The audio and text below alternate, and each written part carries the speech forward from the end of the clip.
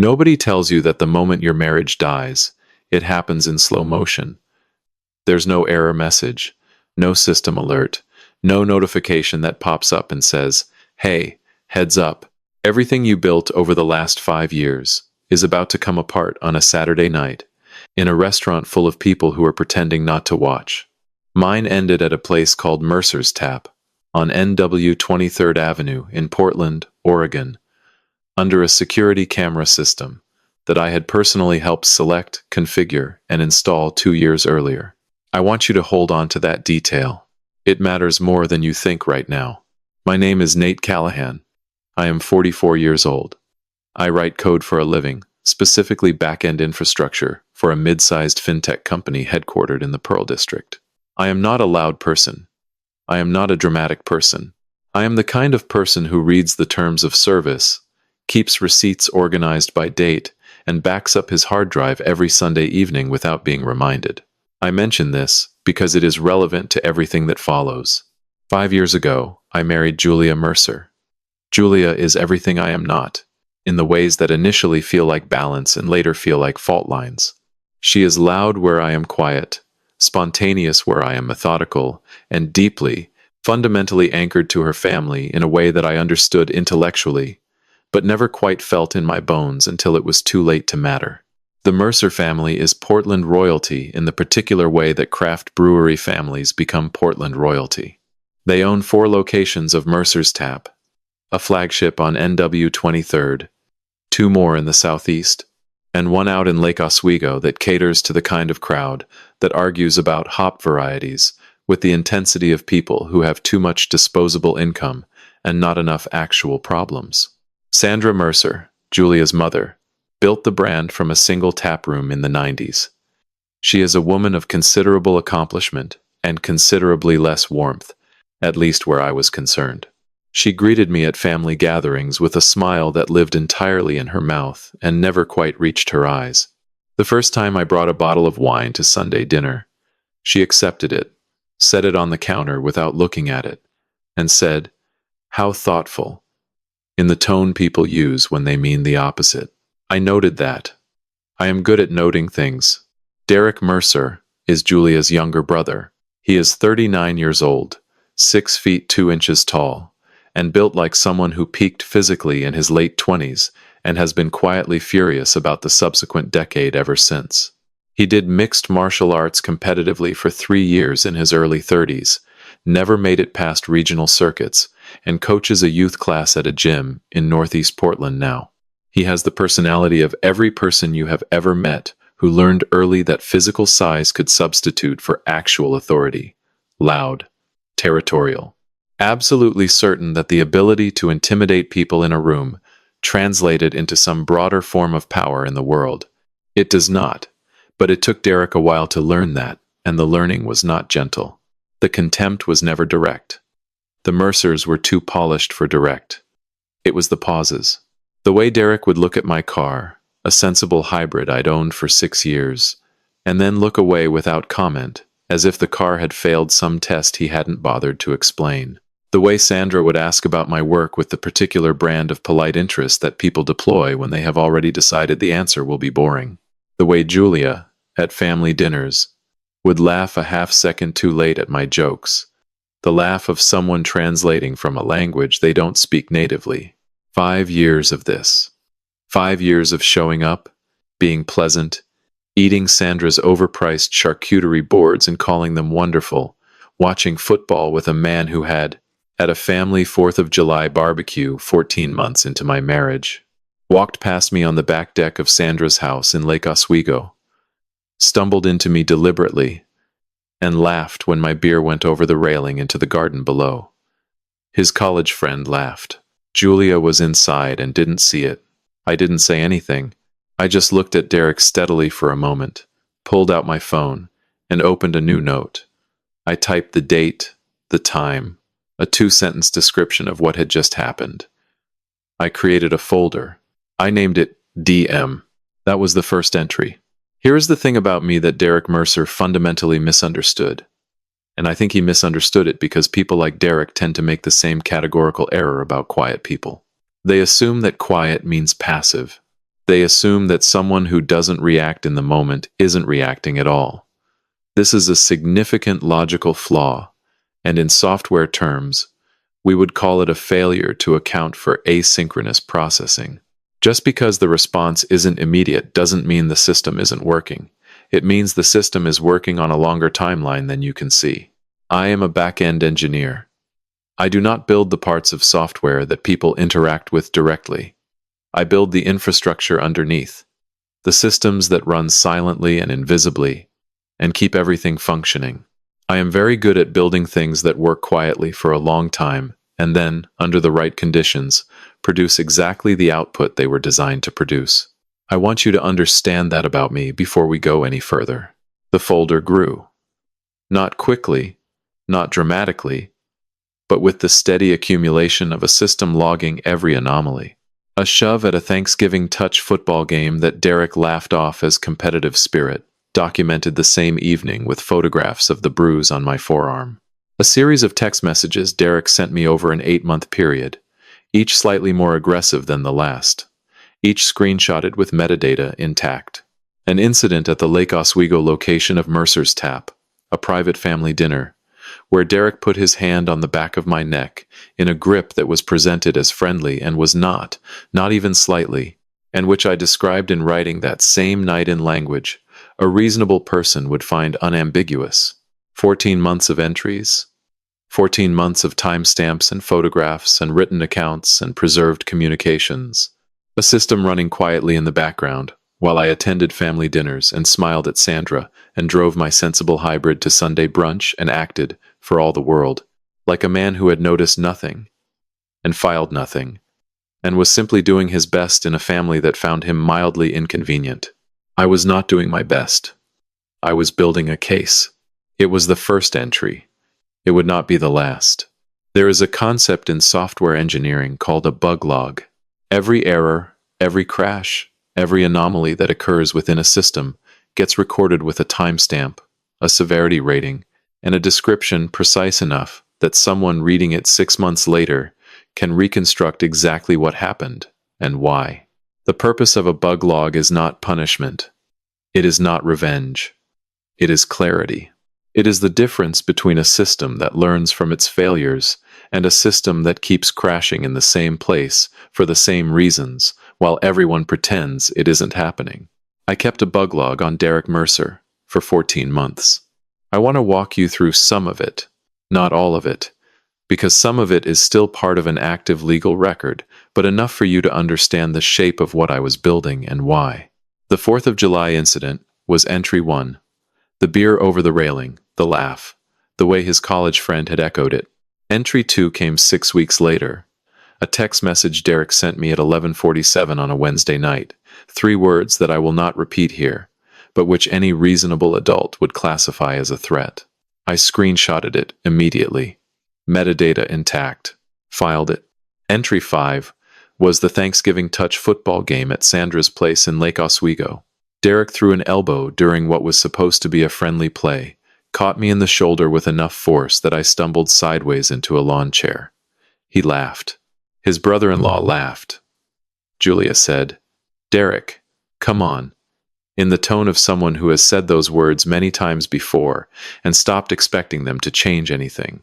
I went inside, found a bathroom with a lock on the door, took 3 photographs of the developing bruise on my shoulder from different angles, and wrote a 2-paragraph account of the incident on my phone, while the details were still exact.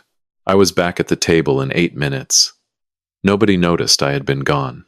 By the time we reached 14 months of entries, the folder contained 42 items, photographs, screenshots, written accounts, 1 audio recording made in a state that permits single-party consent, and a printed copy of a public court record I had found during an evening of very focused searching. That court record was the most interesting item in the folder, not because of what it said directly, but because of what it implied about a pattern. I had found it through a combination of public records, searches, and a conversation at a Mercer family gathering 3 years earlier. A conversation I had not forgotten with a man named Paul Hensley, a former manager at the Lake Oswego location, who had pulled me aside near the end of the evening and said, quietly, Between you and me, watch yourself with that brother-in-law of yours. He put a guy in the hospital 2 years ago. Family pressured the guy into a settlement. I've always thought somebody should have pushed harder on that one. I had thanked Paul Hensley. I had noted his name. I had filed it. 14 months after that 4th of July barbecue, 3 weeks before the Mercer family annual recap, I sat in the office of a man named Ryan Kowalski on Southwest 3rd Avenue in downtown Portland. Ryan has been practicing personal injury and civil litigation for 18 years. He has an office that smells faintly of coffee and old paper, the kind of office that communicates competence without trying to impress anyone, which I consider a mark of genuine confidence. He has the patient eyes of a man who has spent nearly 2 decades listening to people describe problems that were, in his professional assessment, entirely preventable. I handed him the folder. He went through it slowly, page by page, item by item, with the focused attention of someone reading a document rather than scanning it. I watched him read. I am good at reading rooms, at noticing the small signals that indicate when something has shifted, and I saw the moment, approximately 11 minutes into his review, when Ryan Kowalski's assessment of my situation changed. His posture shifted slightly. He turned back 2 pages, reread something, then looked up at me with an expression that was not quite surprise but was adjacent to it. "How long have you been keeping this?" he asked. 14 months, I said, "since the first incident." He looked back at the folder. "And the audio recording. You're in Oregon." "Oregon is a one-party consent state," I said. I confirmed that before I made the recording. He almost smiled. "Mr. Callahan," he said, setting the folder down carefully on his desk. "Most people who come through that door after something bad happens to them wish they had started doing what you did 14 months ago. You're not a victim waiting to happen." He paused. "You're a case waiting to be filed." I told him I wasn't looking to file anything yet. I told him I wanted to be ready. He told me that ready was exactly what I was, gave me his direct line, and charged me for 90 minutes of consultation that I considered the best money I had spent in years. I should also tell you about Marcus Webb. Marcus has been my closest friend since we were both 22 years old, sharing a terrible apartment in Northwest Portland when the neighborhood was still figuring out what it wanted to be. He is now a partner at a civil litigation firm on SW Yamhill Street. He is 6 feet even, unhurried in every situation I have ever witnessed, and possesses the kind of institutional memory that makes him quietly formidable in any room he enters. Marcus had texted me the afternoon of the annual recap, around 4:15. "I still have the message. You sure you want to go tonight? Say the word." I told him I was fine, that it was just a party, that I was a 44-year-old man who could eat Sandra Mercer's overpriced appetizers and make small talk for 3 hours without incident. I would not regret going, but I would regret telling Marcus I didn't need him there. There was one more thing I hadn't told Ryan yet, something I had added to the back of the folder 3 days after our meeting, after a phone call that had lasted 47 minutes, and had ended with 3 separate individuals agreeing, independently and without knowing about each other, to stop being quiet. 3 names. 3 former employees of Mercer's Tap. 3 people Derek Mercer had believed, with the particular confidence of a man who has never been meaningfully held accountable for anything, would stay silent indefinitely. He had been wrong about that. He had been wrong about a lot of things, but he didn't know it yet. He was still 3 weeks away from finding out. 3 people who had been waiting, just like me, for a reason to stop being quiet. The Mercer family annual recap was, in Sandra Mercer's own words, a celebration of everything the family had built together. In practice, it was a 3-hour performance of family cohesion, staged for the benefit of investors, business partners, and local press, catered with Mercer's Tap's best seasonal menu, and soundtracked with jazz that nobody was actually listening to. It was held every December at the flagship location on NW 23rd Avenue, a space that Sandra had renovated 3 years earlier, at considerable expense, into something that managed to feel simultaneously rustic and aspirational, exposed brick and reclaimed wood and pendant lighting that cost more per fixture than most people's monthly car payments. 200 people. Give or take. The kind of crowd where everyone is wearing something that looks casual but wasn't cheap. Where conversations about the restaurant industry blend seamlessly into conversations about real estate and investment portfolios. Where the craft beer in your hand is always described by its tasting notes rather than its name. I had attended 4 of these events. I had been invisible at all of them in the particular way that spouses of principal family members become invisible at business events, present but peripheral, acknowledged but not quite included. Julia and I arrived at 7 on the dot. She was in a green dress I hadn't seen before, and was already scanning the room before we cleared the entrance. The way people scan a room, when they are looking for the people who matter to them, and the people standing next to them don't quite make that list. She spotted Sandra near the bar within seconds, touched my arm briefly, said, "I'll be right back," and was gone. I watched her cross the room. The distance between us in that moment was not physical. I got myself a drink, found a position near the back wall, and did what I always did at these events. I observed. The room was exactly what it always was. Sandra held court near the central bar, wearing the particular expression of a woman who has worked very hard to make everything look effortless. Business partners clustered in the way that people cluster when they are simultaneously networking and pretending not to network. Local press, 2 of them, stood near the far window with the slightly detached expressions of people covering an event they find mildly interesting at best. And then there was the camera system. It ran along the full perimeter of the main dining room, 6 units total, positioned at angles that covered every significant sightline in the space. High resolution, low light capable, motion activated with continuous recording during business hours and events. I had recommended the system to Sandra 2 years earlier, when she had mentioned at a Sunday dinner that she was having problems with inventory discrepancies and wanted better coverage of the bar area. I had researched 3 options, prepared a brief comparison document, and sent it to her on a Tuesday. She had implemented my top recommendation by the following month without acknowledging that the suggestion had come from me. Typical. But the system was good. I knew exactly what it could see, and from which angles, because I had read the technical specifications thoroughly before recommending it. I looked up at the unit above the main bar. Wide angle.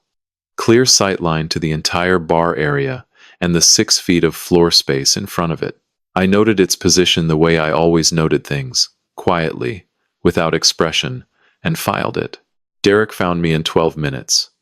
I had been expecting 10, so he was running slightly behind schedule.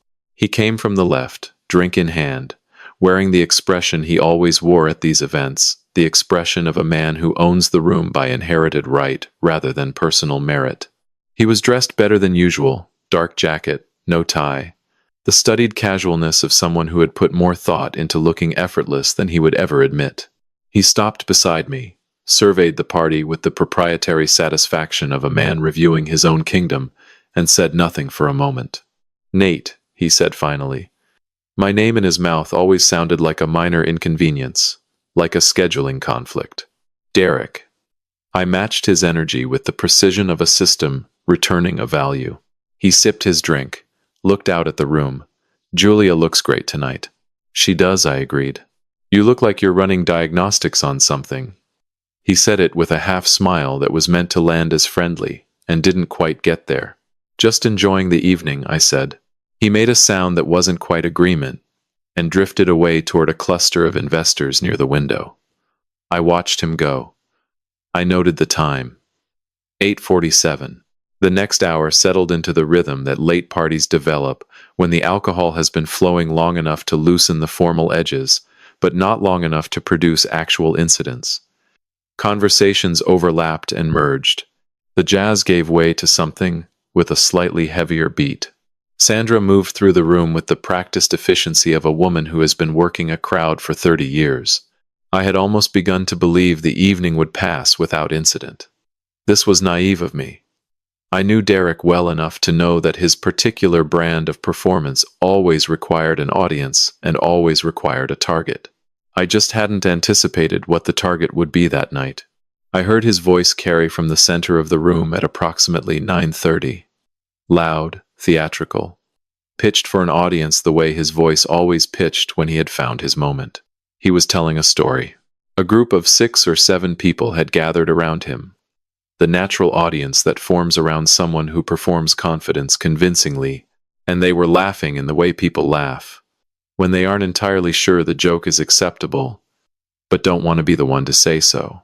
The story involved my younger sister, Claire. I won't repeat what he said. I will tell you that it was the kind of comment that a certain kind of man makes about a certain kind of woman, when he believes he is in safe company, and no one who cares is in earshot. It was delivered with the practiced ease of someone who has made similar comments before, in similar rooms, to similar laughter, without consequence. It was cruel in the specific, casual way that cruelty is most dangerous, not hot and obvious but cool and smiling, the kind that wears the costume of humor to avoid being named for what it actually is. He was wrong about the safe company. He was wrong about the earshot. I set my drink down on the bar behind me, very carefully. The way you set something down when your hands have gone very still, and you need them to stay that way for just a moment longer. There is a particular kind of silence that exists only in hospitals at night, not peaceful, not quiet, in the way that the absence of sound is quiet. It is the silence of a place where people are waiting for information they are afraid of, where the ordinary sounds of living have been replaced by the sounds of machines doing the living for you, beeping and humming and cycling with the patient indifference of systems that do not understand urgency the way humans do. I lay in that silence for a long time on Saturday night and into Sunday morning, staring at a ceiling I had already memorized, thinking the kind of thoughts that come when your body has gone still and there is nothing left between you and the truth of your own situation. I could move my left foot by 3 in the morning, slightly, enough to know that the signals were still traveling, still finding their way through whatever the impact had disrupted. By 5, I could press weakly against the bed rail with my right heel. By 6:45, when the early morning shift change brought a new set of footsteps past my door, I could feel the cold of the floor through the thin hospital blanket when a nurse adjusted it near my feet. These were small things. They were enormous things. I catalogued each one with the precision of a man who has learned, over a lifetime of working with systems, that recovery is always incremental, and that incremental progress is still progress. Dr. Chen came in at 7:52 with the MRI results and the careful expression of a physician who has learned to deliver difficult information without making it worse than it already is. She was thorough and precise, and used language that left no room for misinterpretation. Significant spinal compression. Nerve involvement at 2 distinct points. Injury pattern consistent with acute traumatic force, rather than a fall or stumble. She said the word impact 4 times. Each time she said it, her eyes moved briefly to the uniformed officer standing near the door, a woman named Reyes who had the focused stillness of someone present for a specific professional purpose and intending to fulfill it completely. The prognosis was cautiously positive. Recoverable, Dr. Chen said, with appropriate emphasis on the conditions attached to that word. Weeks of rehabilitation, careful monitoring, no guarantees beyond the reasonable probability that the nerve involvement would resolve with time and treatment. She told me this looking directly at me, not at her clipboard, not at the door, and I understood that she was giving me the version of the information that a person deserves, rather than the version that is easiest to deliver. I appreciated that. I told her so. She squeezed my hand once and left. Marcus arrived at 7:14. I know the exact time because I had been watching the clock on the wall, with the sustained focus of a man who has run out of ceiling to study. He came through the door carrying 2 coffees, wearing the expression of someone who had already read everything available to read and was now deciding how to present it. He handed me 1 coffee, sat down in the chair beside the bed, and was quiet for a moment in the way that Marcus is always quiet before he says something that matters. Owen Driscoll filed his statement at 11:47 last night, he said. Full account. Unprompted detail. He described the sequence of events from initial verbal confrontation through physical contact with a consistency and specificity that will be very difficult to contradict. He paused. He used the words deliberate and premeditated in his statement. His own language. Nobody suggested those words to him. I said nothing. I drank my coffee. The paramedic report from last night flagged the injury as inconsistent with incidental contact or accidental fall. Marcus looked at me steadily. That flag triggers a specific protocol. Derek will be contacted for questioning today. Formally, with the understanding that the contact is not optional. Good, I said. Ryan has been briefed. He's ready to file the civil complaint whenever you give the word. He set his coffee down. The 3 former employees. All 3 confirmed again this morning, independently. Without knowing, the others had confirmed. I looked at the ceiling for a moment. Then I looked back at Marcus. How long have you been here? Since about 6:30, he said. I wanted to read the police report before I came up, and I wanted to be here before he stopped. Before Julia, I said. He didn't answer. He didn't need to. Julia arrived at 8:02. I know because Marcus checked his watch when he heard the door handle, a small involuntary gesture that told me he had been aware of the time the same way I had been aware of it. 48 minutes. My wife of 5 years arrived at the hospital 48 minutes after my friend of 22 years, and she did not come alone. Sandra came with her, moving with the composed efficiency of a woman who has decided in advance how she intends to conduct herself in a difficult situation, and is executing that decision. Julia looked at me in the bed. Her expression was arranged rather than natural, the careful assembly of concern and composure that people construct when they have had time to prepare themselves for a room they are nervous about entering. It was not the face of someone who had spent the night frightened. It was the face of someone who had spent the night being coached. How are you doing? She asked. The doctors think the nerve damage is recoverable, I said. Probably temporary. They won't know for certain for a few days. She absorbed this. I watched the specific quality of her relief, the way it was directed not at me, but at the word temporary, at the logistical implications of the situation resolving itself cleanly. That's good, she said. That's really good, Nate. Not, I was terrified when they called me. Not, I should have done something sooner. Not even simply, I love you, and I am glad you are going to be okay. Just the navigation, immediate and instinctive, toward the version of events that was most manageable.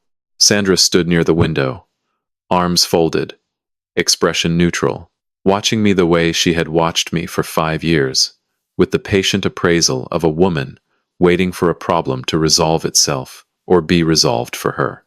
We should talk about next steps, Julia said. As a family, Derek is. Julia. I said her name quietly. I'd like you to meet someone. Marcus stood. He had been sitting still enough that both women had processed him as part of the room rather than a participant in it. He rose to his full height with the unhurried ease of a man who is comfortable in rooms like this one, introduced himself by name and professional capacity, and explained in 3 concise sentences that he had been present since early morning, was fully briefed on both the medical findings and the overnight police report, and would need to speak with both of them at their earliest convenience. He said it pleasantly. He said it the way a man says something when he wants the other people in the room to understand that pleasant and serious are not mutually exclusive. The quality of the silence that followed was unlike any silence I had experienced in 5 years of Mercer family gatherings. Sandra's arms loosened slightly from their fold.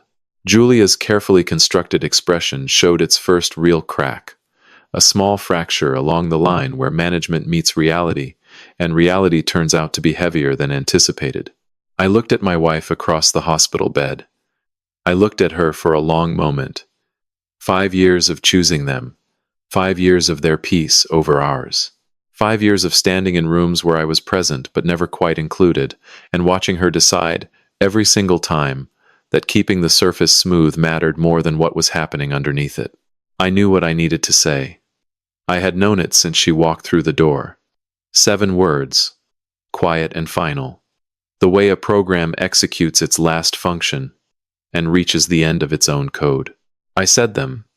And in the way that true things sometimes do, they landed in the room like something that had always been there, waiting for someone to finally say them out loud. There is a moment in every system failure when the log file becomes the most important document in the room. Not the interface, not the user-facing elements that everyone has been focused on. The log file, the quiet record of everything that actually happened, time-stamped and preserved and indifferent to anyone's preferred version of events. I had been maintaining that log file for 14 months. Sunday morning, in a hospital room on the 4th floor of Legacy Emmanuel Medical Center, it was time to open it.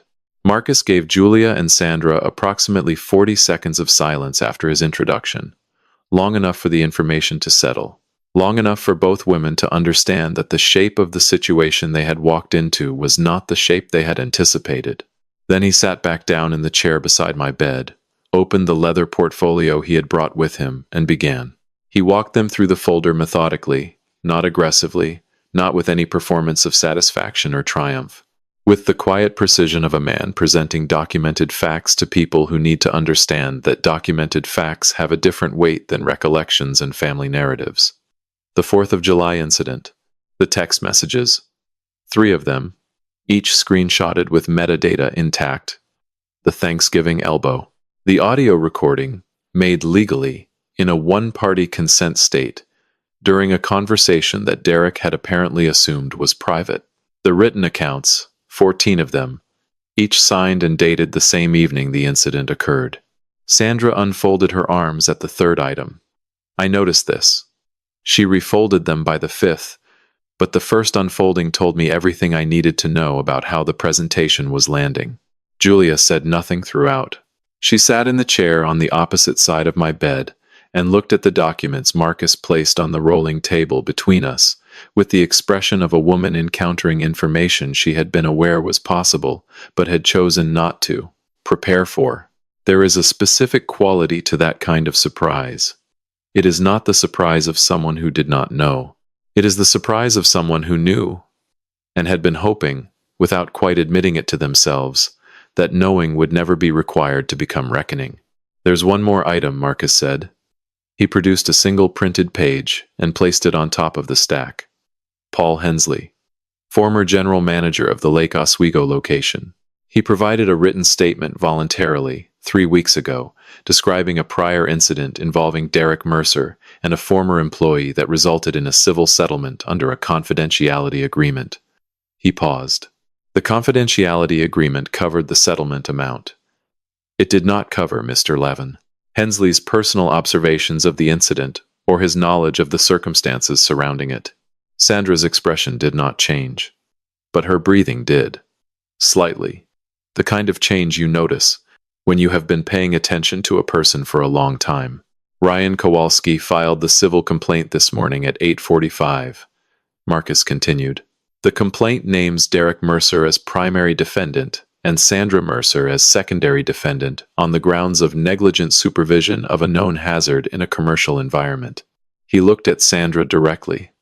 There are text messages in the discovery request. Mrs. Mercer. Texts sent to Julia approximately 16 months ago. I think you know the ones I mean. Sandra knew the ones he meant. I could see it in the precise, controlled way she absorbed the information without reacting to it, the way people absorb things they have been privately dreading for longer than they would ever admit. The room was quiet for a moment. The good kind of quiet. The kind I had been waiting a long time for. Derek was contacted for formal questioning at 11:30 that morning. Marcus had already confirmed this with Officer Reyes before coming upstairs. Derek arrived at the precinct. According to the account I received later from sources I trust completely, in the manner of a man who considers police questioning a formality that applies to other people. He was cooperative in the way that people are cooperative, when they believe cooperation is the performance that will make something go away fastest. He was confident. He was, by all accounts, still operating on the assumption that the version of events he planned to present was the version that would matter most. He had not yet been told about the camera footage. Ryan called me at 6:47 that evening. I had been moved to a regular room by then, slightly better ceiling, same fluorescent light. I answered on the second ring. He said 4 words. The camera got everything. I have replayed those 4 words many times since that evening, in the way you replay things that mark a clear before and after in the structure of your life. The camera above the main bar at Mercer's Tap, the system I had recommended, researched, and spec'd out for Sandra 2 years earlier, had recorded the entire sequence of events from Derek's initial approach through the moment Owen Driscoll crouched beside me on the floor. Multiple angles. High resolution. Timestamp overlay accurate to the 10th of a second. The footage showed, with the indifferent clarity, that good camera systems always show things, exactly what had happened, and exactly how it had happened, and left no meaningful space for alternative interpretation. Derek's attorney, Ryan told me, had gone very quiet when the footage was presented. The kind of quiet that attorneys go when they realize the account their client gave them was not the complete account, and that the incomplete portions are the portions that matter most. The 3 former Mercer's Tap employees filed their statements the following morning, independently, through separate attorneys, without coordination beyond the fact that Ryan had provided each of them, weeks earlier, with the information they needed to understand that they were not alone and that the window for speaking was open. Each statement described incidents that were specific, dated, and consistent with a pattern that no reasonable person reviewing them together could characterize as isolated or accidental. By Tuesday morning, the civil complaint had been formally served. Sandra received her copy at the Mercer's Tap flagship on NW 23rd. I was told she signed for it herself, at the host stand, in front of 2 employees and a delivery driver. I did not engineer that particular detail, but I will admit that when Marcus described it to me, something in my chest that had been tight for a very long time released slightly. I lay in my hospital bed that Tuesday evening and looked at the ceiling and thought about systems, about the difference between a system that reacts to problems as they occur and a system that anticipates them, documents them, builds the infrastructure to address them before the failure point arrives, about the difference between responding emotionally and responding effectively, about the 14 months of quiet, invisible work that had been running in the background while everyone in the Mercer family had been absolutely certain that I was not paying attention. I had been paying attention to everything. The camera had been paying attention too. Physics is indifferent. It doesn't negotiate. It doesn't accept character references, or family reputations, or the carefully maintained appearance of a household that has always known how to present itself well. It simply applies pressure to whatever structure exists and waits to see what holds and what doesn't. The Mercer family had been a structure with compromised foundations for a long time. They had just never encountered the right kind of pressure before. Derek was formally charged on a Monday. Felony assault in the 2nd degree. His attorney began negotiating the sentencing range downward within 48 hours, which communicated, more efficiently than any statement could, exactly how the defense team assessed their own position. Owen Driscoll's account. The medical findings, the camera footage, Paul Hensley's statement, the 3 former employee declarations arriving independently on parallel timelines. Each element on its own was significant. Together they described something no reasonable person could characterize as ambiguous. The bail conditions arrived Thursday. No contact with me. No contact with Owen Driscoll. No attendance at gatherings where I might be present. That last condition meant, in practical terms, that Derek Mercer was legally prohibited from the central geography of his own family's life. The flagship on NW 23rd. Sunday dinners in Lake Oswego. The Mercer family events he had attended his entire life as the loudest, most physically imposing presence in the room. Gone. Not because I had asked for that specifically, because the documented pattern of his behavior had made it the only reasonable condition to impose. I will not pretend I found no satisfaction in that. I am trying to be honest here, and honesty requires acknowledging that some outcomes, while not specifically engineered, are nonetheless specifically satisfying. The civil proceedings moved efficiently. Ryan is a thorough man, and he had built a thorough case. Sandra's assets entered discovery within 2 weeks. The text messages she had sent Julia 16 months before, The annual recap became part of the formal record. "Keep Nate and Derek separated tonight," she had written. "You know how your brother gets." Those 9 words, preserved in a screenshot I had never seen but that Julia had apparently kept without understanding she was keeping evidence, reframed everything Sandra had presented as ignorance into something considerably more deliberate. She had known. She had hosted the party anyway. She had watched from near the window with her arms folded. And now her assets were frozen, and her attorneys were billing her at a rate that I suspected was becoming difficult to sustain. The flagship on NW 23rd went quiet within a month. Scheduled renovation, the social media said.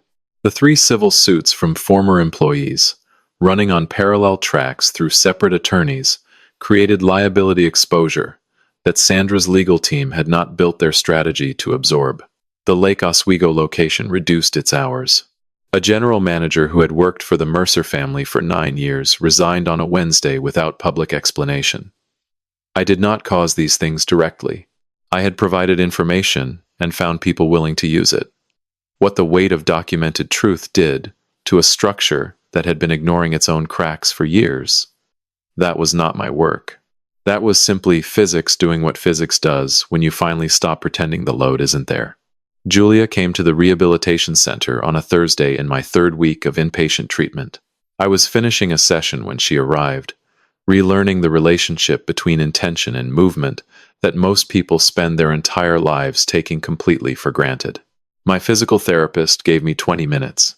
Julia was waiting in a chair near the window, her hands folded in her lap, her expression the careful and contained look of a woman who has been preparing what she wants to say and is no longer certain it is adequate. I transferred into the chair across from her independently. She noticed. Something moved through her expression that I did not try to name. "I should have told you about Derek," she said. "Years ago. Before it ever got to this." "You should have," I agreed. "I kept thinking if I just managed it carefully enough, kept the peace between you two, it would eventually." She stopped. Started again. "I thought I was protecting everyone." "You were protecting the version of things that was easiest for your family," I said. "Not unkindly. Just accurately. That's not the same as protecting me." She looked at her hands. "I know," she said. "I think I've known that for a long time." We sat together quietly after that. Not the uncomfortable silence of 2 people who have run out of things to say. The different kind. The silence of 2 people who have finally said the things that needed saying and are simply sitting with what that means. After a while she stood, touched my shoulder once with the careful gentleness of someone saying a proper goodbye, and walked out. I watched her go. I did not feel what I might have expected to feel. I felt, mostly, the specific quiet of something that has been resolved. I walked out of the rehabilitation center 7 weeks later on a Tuesday morning. Portland in February, the sky, the particular shade of silver gray that the city does better than anywhere else. The air carrying the clean, cold smell of rain that had fallen overnight, and pavement still drying. I walked out under my own power. With a cane I was already using less than my physical therapist had projected, and I stood in the parking lot for a moment and simply breathed. Marcus was there. 2 coffees. He is that kind of friend. The kind whose reliability has long since stopped surprising you and simply become part of the structure of your life, load-bearing in all the right places. Ryan stood beside him with a portfolio tucked under one arm and an expression of quiet satisfaction that attorneys develop when a case has gone the way a well-built case is supposed to go. Derek took the plea, Ryan said. 23 months. Mandatory intervention program. 3 years probation following release. He handed me the envelope. Civil settlement is in there. Full medical and rehabilitation costs, lost income, and damages. He paused in the way Ryan always pauses. It will be uncomfortable for them for quite some time. I held the envelope without opening it. I looked at the sky. I thought about 14 months of quiet, invisible work. About the folder that had started as a single note typed on my phone at a 4th of July barbecue, when a man laughed at me for stumbling toward a grill. About the infrastructure built in the background while everyone in the Mercer family had been absolutely certain I wasn't paying attention. My phone buzzed. Unknown number. A short message. I read it once, then read it again. Something shifted in my chest, slow and certain, the way a system settles when it has finally completed the process it was designed to run. I smiled. Not the managed, social expression I had been producing at Mercer family gatherings for 5 years. A real one. Unplanned and uncalculated. The kind that belongs entirely to the moment it occurs in. I won't tell you what the message said. Some things are complete without being shared. Some conclusions belong only to the person they happen to. I put the phone in my pocket. I took the coffee Marcus held out. I said something that made him almost smile, which remains the best outcome available with Marcus. Then I got in my car and drove home through the silver Portland morning, and I did not look in the rearview mirror once. There are people in this world who mistake silence for weakness, who look at someone quiet and methodical and assume that the absence of noise means the absence of intention, who spend years throwing small weights at a structure they have decided is not worth their respect, never stopping to ask whether the structure has been quietly calculating load capacity the entire time. Nate Callahan was not a dramatic man. He did not want conflict. He did not lie awake at night constructing revenge. He was a back-end engineer who documented what he observed, built the infrastructure that the situation required, and waited with the patience of someone who understands that well-designed systems always produce the output they were built to produce. He did not fight loudly. He did not fight at all, in the conventional sense.